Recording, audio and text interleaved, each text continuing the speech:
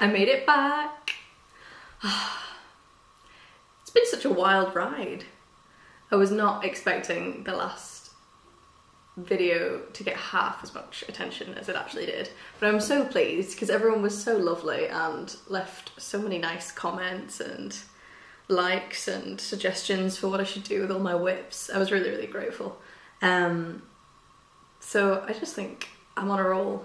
I'm motivated to sit down and film something else, and now I've had to think about what we're going to do structure-wise, and I thought the best way to start the year is to do a little roundup of potential projects and things that are on my Ravelry queue. I did mention last week, I think, that I have 20 odd things on my Ravelry queue, which will grow by the time the year is out. But I think if I start with these things now, then it'll be a nice way to kind of outline the plans that I have for making through spring and summer and a little bit into autumn. But I think I might leave next winter to after the summer, because I can't think about what I'm going to make next winter when we're already in winter and I'm already making winter things. So yeah, I'm going to start. I have my Ravelry queue in front of me, and I'm going to just go through everything that I have planned and tell you a bit about my colour choices, and hopefully you can help me choose some yarns, because there's a few projects where I'm kind of debating which yarn I would like to use. And I think one of my big goals for this year is to try new yarns that I haven't used before. And I'm such a sucker for just reordering the same things from the same place, because I know that I like them and they're affordable and that they work and all of this. But I think I'm going to branch out. I'm going to try and shop around a bit more. I really want to find some nice local yarn stores and be able to give them my business. We do have nice local stores in my area. There aren't too many, but I think I've only been to one, and I've lived here for 6 years. So that's pretty pitiful, to be honest. So I think I'm going to chat a bit about that, and then hopefully get some feedback in the comments from people who've used these yarns, and you can help me decide. So the first thing is actually, well, okay, this is a side story, but this weekend just passed, I spent in Edinburgh in Scotland with my friend who lives over there. We had a really lovely weekend, and it was very kind of wintry and atmospheric, and Edinburgh is just a stunning city. If anybody's ever been, I'm sure you'll know. But while I was there, I did pick up a souvenir, because I do make a point of everywhere I go trying to find a skein of something to take home. And especially if I can get something local that I can't get elsewhere. And what I did buy, you do stock in lots of UK yarn stores, and you can buy online, but it's just not the same as buying in the city where it's produced, I don't think. I think I might have some clips of the shop that I went to, which is called Ragamuffin in Edinburgh. And it's not explicitly a yarn store, it's more a knitwear store. So they do sell a lot of kind of pre-made knits from lots of different suppliers and designers and things like that. But they do also have a nice little corner of yarns, which are, I think they're all British wool, or at least, but there are lots of Scottish yarns as well, which is nice. And what I bought was a stunning skein of Zakami, which you can hopefully see, who are an Edinburgh-based dyer. I think it's a family business. It's definitely a small business. And they have just the most beautiful colours and colour combinations. And I was really taken by all the variety. And this is kind of, I think it's called To the Moon and Back. So it's kind of twilighty sky tones, but then there's some bits of orange and brown and all of that. So I'm really excited to see how it looks when it's knit up into something. I'm thinking my first queue item is a small scarf, because I think I've got 225 meters of this, which should be plenty for a nice small scarf. But I'm not entirely decided on the pattern yet. And I feel like I haven't actually queued anything because I probably won't use a pattern, and I think I'm just going to try and do something myself that's either in double knit or stockinette, or maybe 2x2 rib. Maybe 2x1 rib. No, maybe 2x2 rib. Because I'd like it to be reversible So, but I have made a few small scarves before, and I know the construction and can sort of make one in my sleep, so I think that'll be fine. So I haven't quite decided what to do yet, but I'm gonna just improvise a pattern for this one. But I'm really excited to use it because it's just so soft. This is the 100% organic fine merino non-superwash DK weight base.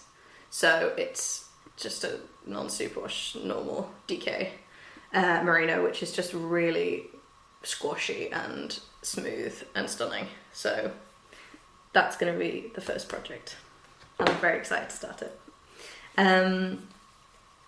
So I think I'll start with my current queue plans for the next 3-4 months until we hit spring, 5 months, because this is what I'm hoping to start on as soon as I've finished the whips.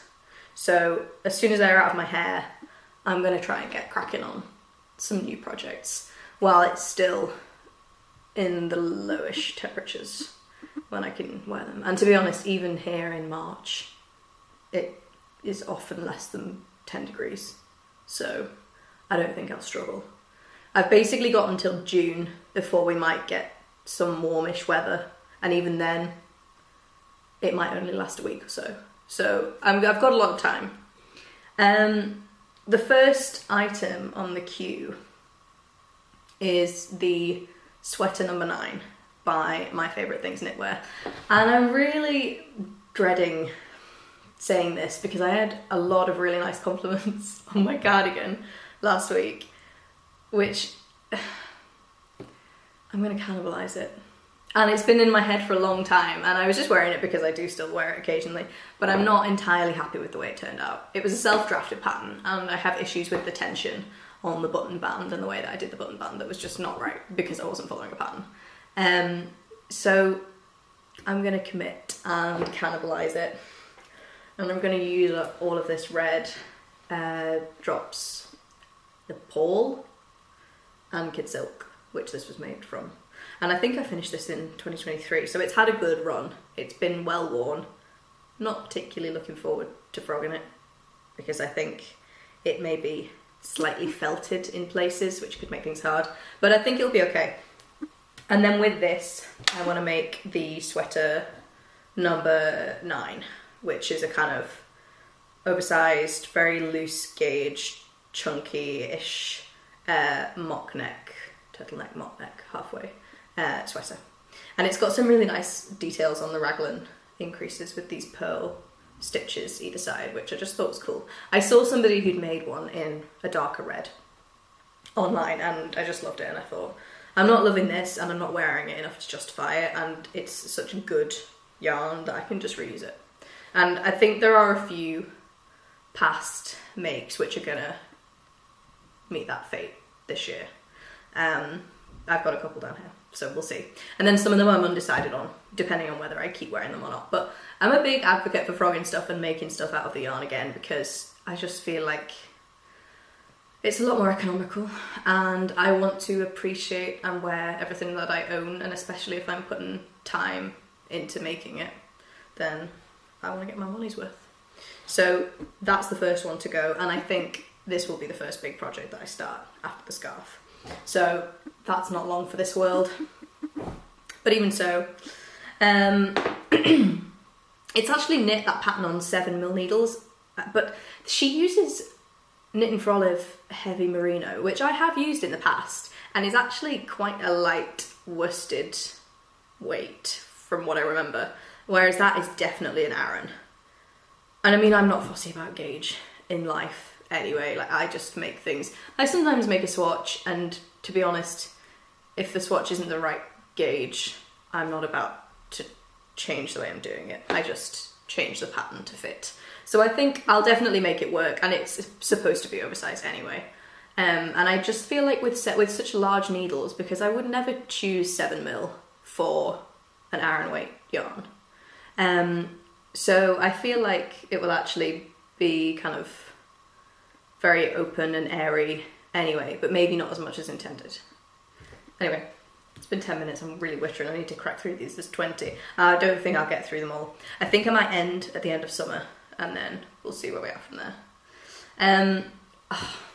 I'm really excited about the next project, and this has been in my queue since November apparently, which is the Planet Sweater by Laura Dalgard. And I think this used to only be available as a kit, and recently she's released the pattern, which I have already bought. Don't know. So I think it's nice to be able to... The kit is a little bit inaccessible for me because it uses quite a high quality yarn that I wouldn't be prepared to necessarily splurge on at this point in time.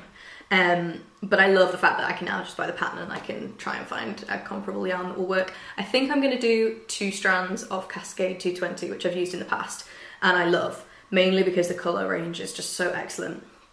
And I'm going to put a picture up of the colour scheme which I'm going to go for, even though I am deviating from her colours ever so slightly. She does 2 versions, I think. I don't know if there's the same number of colours in each version, but there is one which I'm kind of aiming more closely for.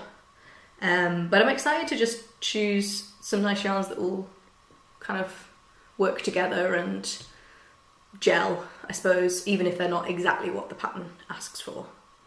So that's going to be my next big project. And these are 2 big chunky jumpers for hopefully February and March while it's still chilly. And that'll make me kind of appreciate them more and have more time to wear them. Now, item number 4 on the queue is the Lakes V-neck pullover by Ozetta.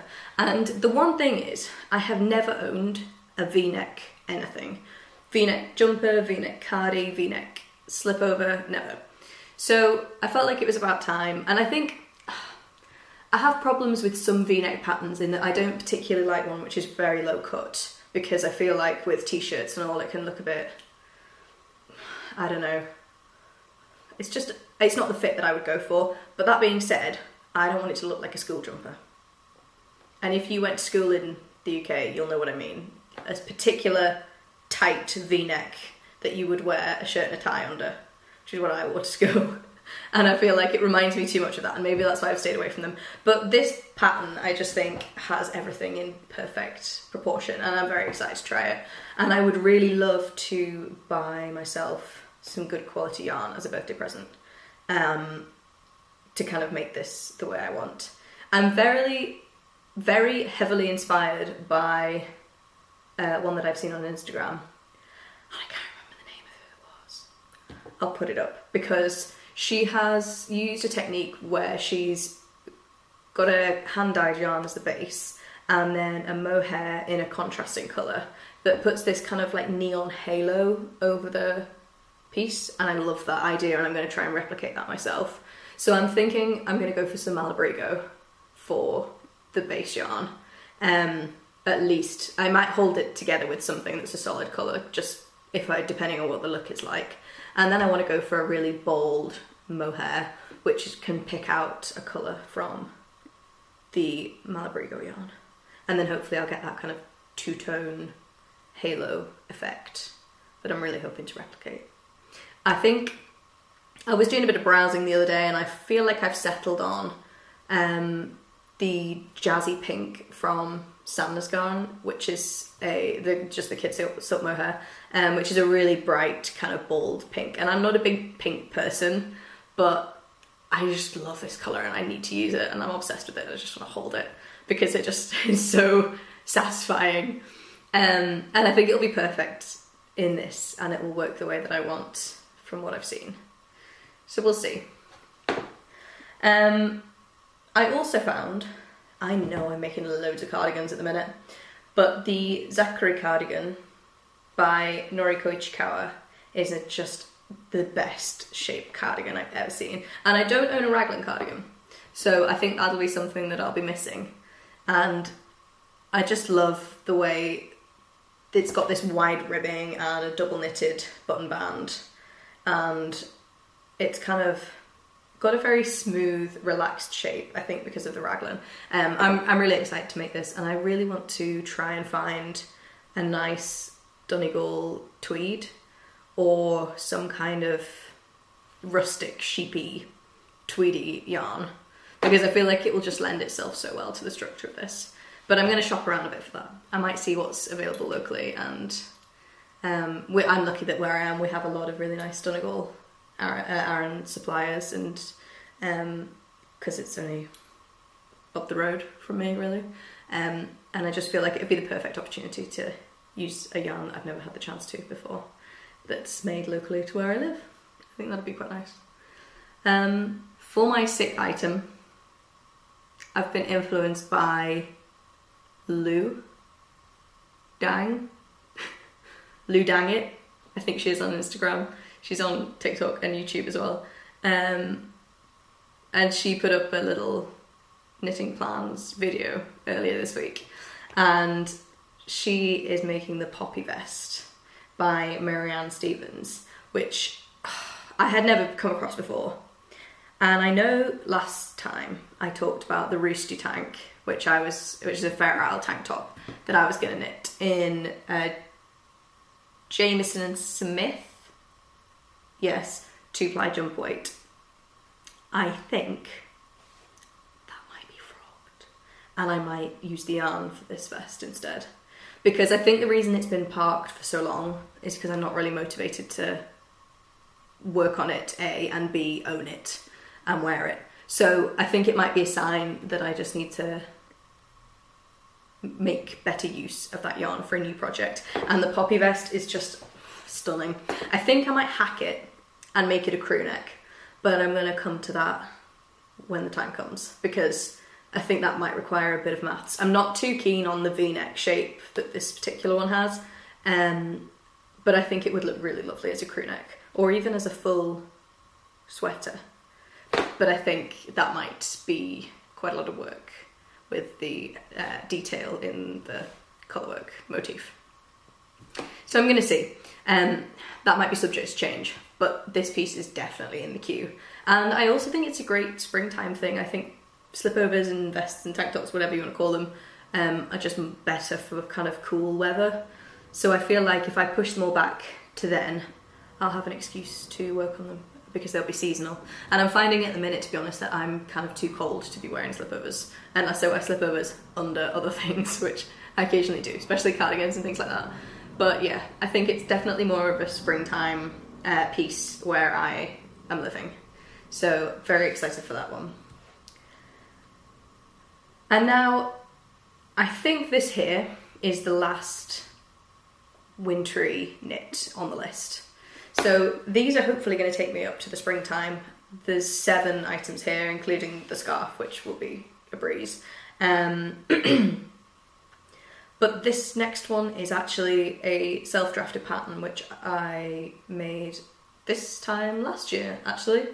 And I think the difficulty when you do something like that for the first time and draft a pattern from scratch, and it was something that I had a vision for and that I was really excited to make and I loved it, but now looking back I can see all the mistakes, and I'm very, very keen to just recreate it again, try and make some tweaks to the pattern, try and improve the pattern.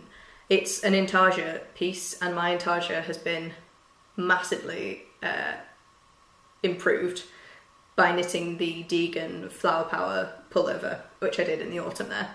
So I feel like this is a good opportunity to just make this something that I'll really love and cherish, and hopefully potentially think about releasing a pattern, depending on what people think. I would do it for free because I have never developed or tested or tried to write down a pattern before. So I would definitely make it freely available if it ever did come to it. But it's actually for the Koi sweater, which was a self-drafted colourwork chart that I did myself, and then I also did the pattern just for a basic drop shoulder panel construction jumper. And this is just really lovely, and I do enjoy it a lot, but I think there are parts of the intarsia which are very uneven, and at the time I just hadn't had that much practice in it, and so it was probably quite a big project to try and attempt when I hadn't done a full intarsia garment before. But you know what, it worked out, so who cares? And now I'm just committed to kind of improving it and making it look a bit better. And I think I would like to reknit it up in a mohair just to give it some stability, because this yarn is actually the West Yorkshire Spinners Croft Aran, which is the same as this. Oh, actually, they're the same colour. That's why I started it. I had leftovers, so these are actually the same yarn. Obviously not the cream, but I would just like to add a mohair to it for a bit of structure, because I found that on its own it's pilling quite badly, and I think that's part of the reason that I've kind of gone off it a little bit, is that it looks shabby even when it hasn't been worn too many times. So I think that's a decent strategic move, and hopefully I'll come out with something that's even better and more enjoyable than before. But I'm very excited to own this again, because it's been stuck at the bottom of my stash basket for a long time since I kind of decided to frog it. So I think I'm just excited to now wear it again, since we've had a bit of time apart for health reasons. I need a drink. Now, the next half of my queue are kind of summery projects, but they may not end up being made in the summer. There's a lot of tops and blouses, which I think is great if you live in a hot climate and you can't hold the sweater year round. I'm fortunate that I can, but I think I'll still like to move on to some smaller, lighter, more manageable pieces, which I often gravitate towards in the summer, especially if there are holidays and things coming up, which is looking unlikely, but you never know. The first thing that I'm really excited for is actually a free pattern that I found on Ravelry, and it was based on this Pinterest inspiration picture which I found. And now this is the Summer Farm sweater by Lynn and Douglas Barr, which is basically an all over intarsia landscape sweater. And if you don't know these designers, they are very retro patterns, but they have some really gorgeous landscape prints if you're kind of keen to tackle a big project like that, which I feel it might be, but I'm willing to make it work because I just think it'd be a really nice piece to own. I haven't quite decided what I'm going to do in terms of yarns yet, but I feel like I want something really, really light and really, really fluffy. So I'm thinking maybe definitely mohair, maybe the brushed alpaca silk, which is by Drops, and maybe a strand of something else to kind of bulk it out. I think they go for a gauge which is close to an Aran weight. So I might hold a couple of things together, which would give me freedom to kind of blend colours as well. And I'm not going to go for the colour scheme which they illustrate in the pattern, but I will go for one which is closer to my inspiration photo, which is kind of a little bit unnatural colours in a way, but I think they work really excellently, and I think they'll translate very well into this pattern. And it just makes it a little less kind of, I don't know, dated, is that the word? Which it could risk doing, but I think, wear everything. So, but yeah, I'm definitely going to go for some kind of fun colours which are a little bit more impactful, to try and make it seem, I don't know, a little bit more modern and cool. We'll see how it turns out. When I get to planning it, it might change drastically, but what can you do? I think this is going to be a nice summer jumper, which will be probably lighter and less woolly than, I might even do a strand of cotton. I hadn't even thought about that. I could do that. I think that's what I want to go for, is something that's a little bit lighter, but more for cold evenings. Do you know what I mean? So it doesn't necessarily need to be a really, really woolly, scratchy jumper. It can be something that's a bit more of a chuck on and go, if that makes sense.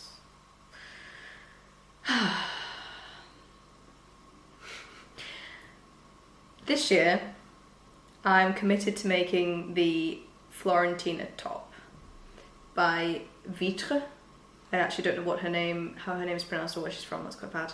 It's probably French, maybe. Anyway, this is just a tie front kind of vest top, which is like a really nice light summer top, but I think I'm going to try and make it more like a waistcoat. So I'm probably going to do a chunkier yarn, which I've not quite decided on yet, and maybe something that I could wear over a t-shirt, because I don't particularly gravitate towards vests in life. So I think if I could make it something to layer, that would be kind of more wearable as part of my wardrobe. But I'm very excited for this. And I'm yet to choose a colour, but hopefully when the weather starts brightening up, the inspiration might come to me. I'm so sorry, the camera just completely conked out there. I don't know if you got that or who knows. Anyway, my next item is the Ghost Whisperer top by Park Williams, which I have made before, I want to say a year or so ago now, and it didn't quite turn out to plan. I think I was a little bit impatient, my gauge wasn't quite right, the fit wasn't quite right, and I think this time around it's going to be much better and more wearable, and I would like it as a layering top for over vest tops and things for going out in the summer. And my plan is to make it with all of my mohair scraps that I am going to accumulate and have already accumulated over the next few months, and then hopefully get a nice fun stripy mohair blouse for going out in, which I think will be nice. My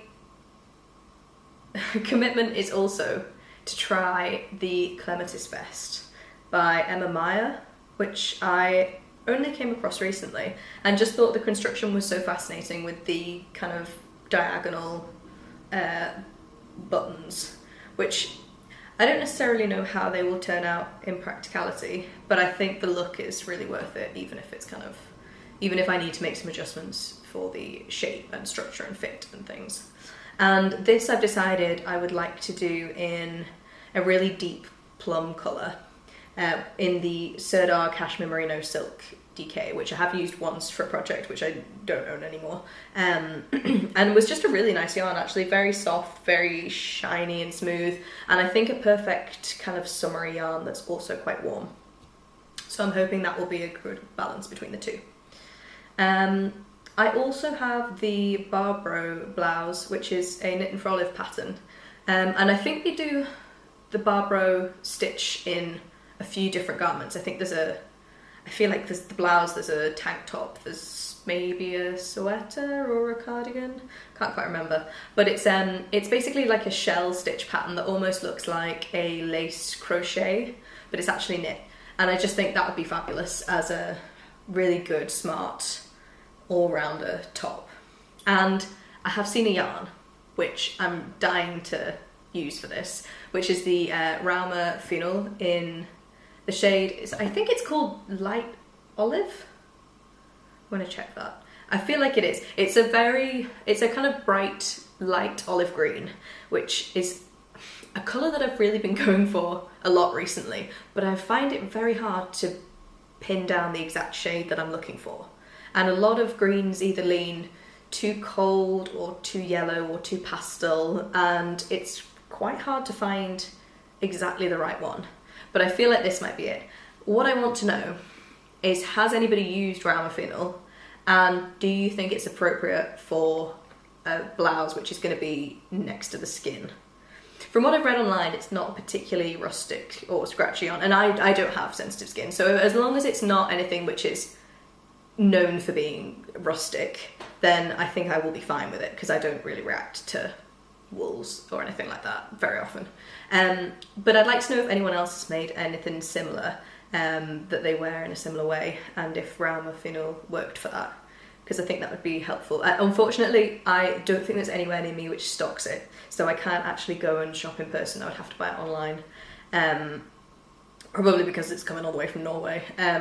So I'm going to do a bit more research before I make that decision, to try and see if it's something that will be appropriate and it's not a wasted venture. I think we might be on to the last item. Only 15. That's not too many. And this one I think will be very exciting. These are not necessarily in order, by the way. These are just in the way that I've added them to the queue, and I kind of divided them by what's an appropriate time of year to be working on certain things.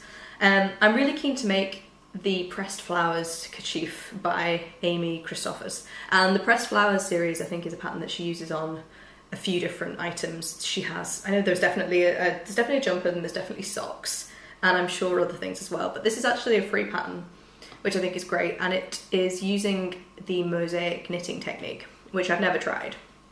but I would be really interested to see how it turns out. And I think my plan is to make a kind of summery bandana in a cotton yarn or maybe a cotton merino, something that's a little bit lighter, but I just want to choose some really fun colours. And she has the sample versions here, which I'll hopefully be able to put up a photo for, are just in such interesting colour combinations, and I think there's a lot of potential for kind of some different colour choices that might not necessarily be things that I would wear in a piece of clothing. So yeah, I think it'll be an interesting piece to own anyway, and I'm very excited to make that. And it's sometimes nice to have a little palette cleanser between just working on garments all the time. Have a little accessory. There'll definitely be more cropping up, but this is all I have planned for now.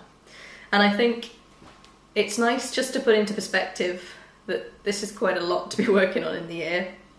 And there's a good chance that as I think more on things, they'll kind of be trimmed down, and I'll probably prioritise projects which I'm really dedicated to and maybe cut some of the others.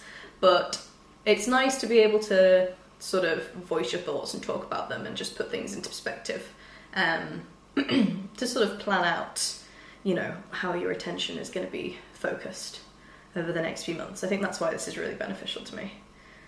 And obviously all of this will wait until all my whips are done. I'm really struggling not to cast something on. I actually did maybe cast something small on, but it was only a hat, and it was because I was going away at the weekend. So I had to have a small flight safe project to take, and I was lucky that I cast it on when I left, and it was finished the day I came back. So I felt like I didn't lose any time to that. Not that it's even, you know, I'm not holding myself to anything. It's really not the end of the world. It was also a gift for somebody who I needed a gift for, so 2 birds and 1 stone and all of that. But yeah, I think I would love to know people's thoughts. I'd love to know what is on your queue for 2025. And if you have any advice, especially on any of my pattern choices or yarn choices. I always want to know if a pattern is worth making, if a pattern is well written, easy, has a good finish. I would love any feedback on any of the patterns if anybody's made any of these. And also on yarns and how yarns wear and, you know, colours and feel and things like that. I like all the information I can get.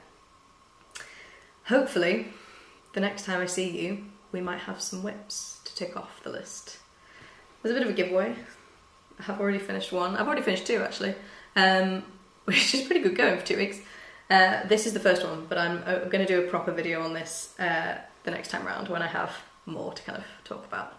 So we'll park that for now. But have a lovely rest of your week, and hopefully I'll speak to you soon, and thank you so much for listening to me witter on.